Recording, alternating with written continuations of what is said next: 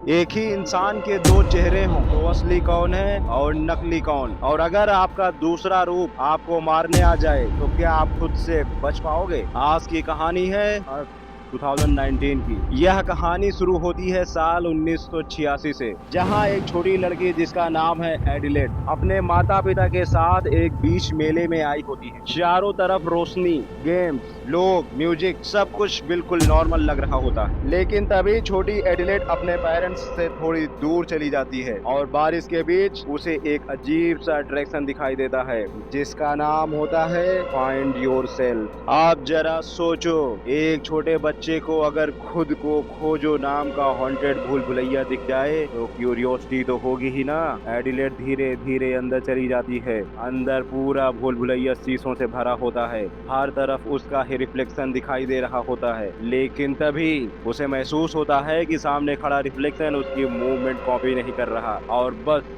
यहीं से इस मूवी का असली डर शुरू होता है, क्योंकि सामने खड़ी चीज रिफ्लेक्शन नहीं बल्कि उसका दूसरा वर्जन होता है। सीन कट होता है और कई साल बाद अब एडिलेड बड़ी हो चुकी है। उसकी शादी हो चुकी है गैब्रियल नाम के आदमी से, और उनके दो बच्चे हैं, जोरा और जेसन। फैमिली वेकेशन के लिए ये लोग उसी बीच हाउस में आते हैं जहाँ बचपन में एडिलेड के साथ वो अजीब घटना हुई थी। लेकिन यहाँ आते ही एडिलेड का बिहेवियर थोड़ा अजीब होने लगा है। वो बार बार नर्वस दिखती है, जैसे उसे पता हो कुछ बहुत बुरा होने वाला है। गैब्रियल उसे समझाने की कोशिश करता है, लेकिन एडिलेड साफ कहती है कि उसे यहाँ अच्छा फील नहीं हो रहा। अब होता क्या है, शाम के समय ये लोग बीच पर जाते हैं। वहीं एडिलेड को फिर से वही हंटेड अट्रैक्शन याद आने लगा है। उसके चेहरे पर साफ डर दिखाई दे रहा होता है। और तभी जेसन अचानक गायब हो जाता है। कुछ सेकंड के लिए पूरी फैमिली पैनिक में आ जाती है, लेकिन लकीली जेसन थोड़ी दूर खड़ा मिल जाता है। अब ये सीन छोटा जरूर लगता है, लेकिन मूवी यही हिंट दे देती है कि कुछ बहुत गलत होने वाला है। रात होती है, पूरा परिवार घर में बैठा होता है और तभी जेसन खिड़की से बाहर देखता है। घर के सामने सड़क पर चार लोग खड़े होते हैं, सिर्फ खड़े, वो भी चुपचाप। आप इमेजिन करो, रात का अंधेरा,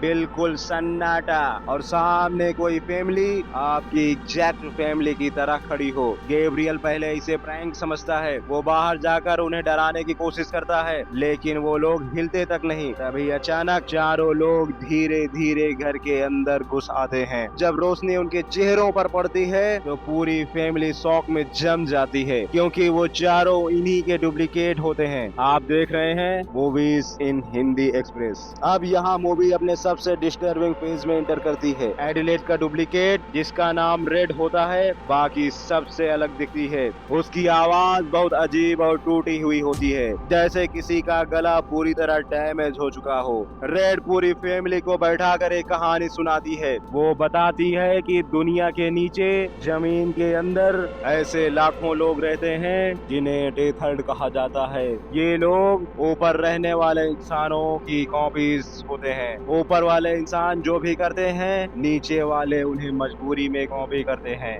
अगर ऊपर वाला इंसान हंसता है तो नीचे वाला भी हंसेगा। अगर ऊपर वाला इंसान खाना खाता है तो नीचे वाला भी कुछ घटिया चीज खाने को मजबूर होगा। लेकिन सबसे भयानक बात, इन टेथर्ड लोगों की अपनी कोई जिंदगी नहीं होती। रेड बताती है कि सालों तक वो लोग अंधेरे टनल्स में जानवरों की तरह जीते आ रहे हैं और अब वो ऊपर आकर अपनी ओरिजिनल जिंदगी लेना चाहते हैं। इसके बाद शुरू होता है ब्रूटल अटैक। गैब्रियल का डुप्लीकेट अब्राहम बहुत ताकतवर और जानवर जैसा होता है। वो पूरे घर में क्योस मचा देता है। जोरा का डुप्लीकेट एम्ब्रे अब नॉर्मल स्पीड से दौड़ती है, और जेसन का डुप्लीकेट प्लूटो पूरी तरह क्रीपी बिहेवियर वाला बच्चा होता है। अब फैमिली किसी तरह घर से भागने की कोशिश करती है, लेकिन बाहर की दुनिया भी नॉर्मल नहीं बची होती। हर जगह लोगों के डुप्लीकेट्स हमला कर रहे होते हैं। अब मूवी धीरे धीरे रिवील करती है कि ये सिर्फ एक फैमिली अटैक नहीं, बल्कि पूरे अमेरिका में टेथर्ड अपराइजिंग चल रहा है।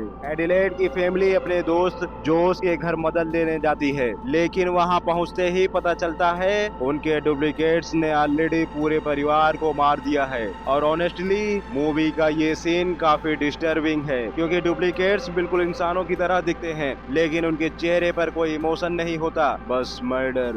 अब यहाँ एक और क्रीपी बात सामने आती है। टेथर्ड लोग लाल कपड़े पहनते हैं और हाथ में गोल्डन सीजर्स रखते हैं। सीजर्स यानी कैंची। और ये सिंबल बहुत इंपॉर्टेंट है क्योंकि वो बताते हैं कि टेथर्ड ऊपर और नीचे की दुनिया के बीच कनेक्शन काटना चाहते हैं। अब धीरे धीरे गैब्रियल और बच्चे अपने अपने डुप्लीकेट से लड़ते हैं। गैब्रियल आखिरकार अब्राहम को मार देता है। जोरा अपनी डुप्लीकेट अब्रे से भागते भागते उसे खत्म कर देती है और जेसन भी समझ जाता है कि प्लूटो उसकी हर मूवमेंट कॉपी करता है, तो वो पीछे चलते चलते उसे आग में गिरा देता है। लेकिन असली कहानी अभी बाकी होती है क्योंकि रेड एडिलेड को नीचे टनल्स में वापस ले जाती है। अब यहाँ मूवी पूरी तरह साइकोलॉजिकल हॉरर बन जाती है। एडिलेड अंडरग्राउंड टनल्स में उतरती है जहाँ हजारों टेथर्ड रहते थे। हर तरफ पिंजरे, टूटे बेड, अंधेरा, रैबिट्स, हाँ रैबिट्स। मूवी में रैबिट्स बार बार दिखाए जाते हैं क्योंकि वो सिंबल है एंडलेस रिप्रोडक्शन और कैपेसिटी का, जिसका मतलब नई संतान पैदा करते रहना और किसी को बंद करके रखना, उनकी आजादी छीन लेना। रेड आखिरकार पूरी सच्चाई बताती है। वो कहती है कि बचपन में जब एडिलेड भूल भुलैया में गई थी तब असल में क्या हुआ था। असल एडिलेड नीचे रहने वाली टेथर्ड थी और उसने ऊपर वाली असली लड़की को पकड़कर उसकी जगह ले ली थी। यानी जिसे हम पूरी मूवी में एडिलेड समझ रहे थे वो असल में डुप्लीकेट थी और जो रेड थी वो असली इंसान थी। अब जरा सोचो, पूरी मूवी में हम गलत इंसान के साइड में थे। यही इस फिल्म का सबसे बड़ा ट्विस्ट है। रेड बताती है कि जब उसे नीचे ले जाया गया तो उसकी जिंदगी नरक बन गई। वो बोलना लगभग भूल गई, लेकिन अंदर ही अंदर रिवेंज बढ़ता गया और सालों बाद उसने सारे टेथर्ड को इकट्ठा करके बगावत शुरू कर दी।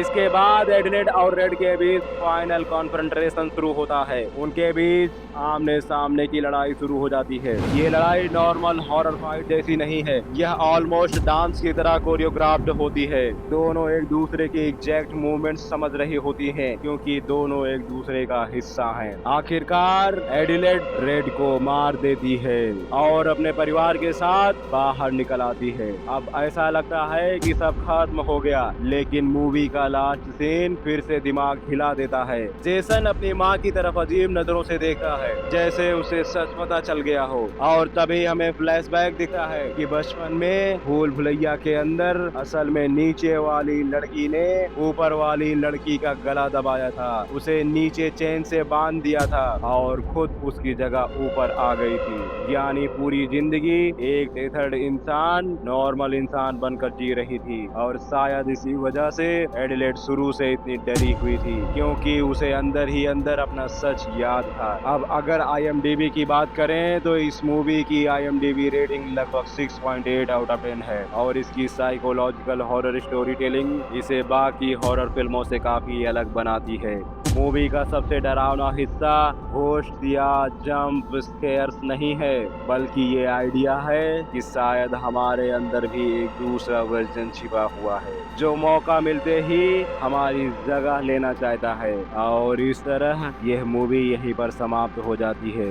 लेकिन सबसे बड़ा सवाल यही रह जाता है, अगर आपका दूसरा रूप सच में मौजूद हो तो आखिर असली आप कौन होंगे। तो मिलते हैं कल शाम 7:30 बजे एक नई हॉरर मूवी के साथ। तब तक अपनी सेहत का ख्याल रखें, अपने आसपास सफाई रखें और कपड़ा प्रेस करते रहें। Thank you so much.